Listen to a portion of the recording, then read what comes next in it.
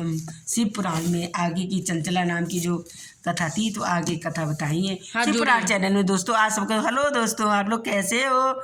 शिव पुराण channel में आप सबका सब बोलो शिव पुराण शंकर पार्वती माता की जय। हाथ जोड़ के खोलिएगा।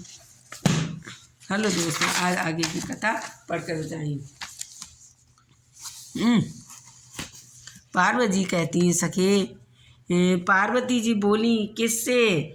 सखी चंचले सुंदरी मैं तुम्हारी की हुई स्तुति से बहुत प्रसन्न हुई। बोली क्या वर मांगती हो? तुम्हारे जी लिए कुछ भी अदय नहीं है। चंचला बोली कि निष्पाप गिरिराज कुमारी, मैं मेरे पति बदुंग इस समय कहाँ हैं? उनकी कैसी गति हुई है मैं ये नहीं जानती। कल्याणकारी दीन वत्सले, मैं अपने उन पतिदेव से किस प्रकार संयुक्त हो सकूं, वैसा ही उपाय कीजिए। महेश्वरी महादेवी और हे पार्वती माता, मेरे पति एक शूद्र जातीय वैश्या के प्रति आसक्त थे।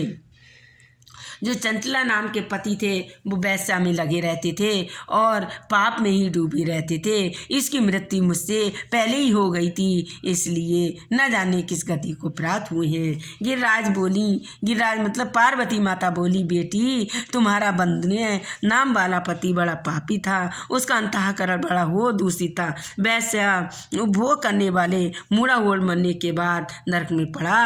अगणित वर्षों तक नरक में इस प्रकार से दुख भोग कर पाप आत्मा शेष पाप को भोगने के लिए विनय पूर्वक पर्वत पर पिशाच हुआ है। इस तरह हुए पिशाच अवस्था में ही है। पिशाच मतलब भूत प्रेती में प्राप्त हो गया। इस तरह से पिशाच अवस्था में अपना नाना प्रकार के कलेश उठा रहा है। वह दुष्ट वायु पी कर रहता है और सब प्रकार से कष्ट सहता है।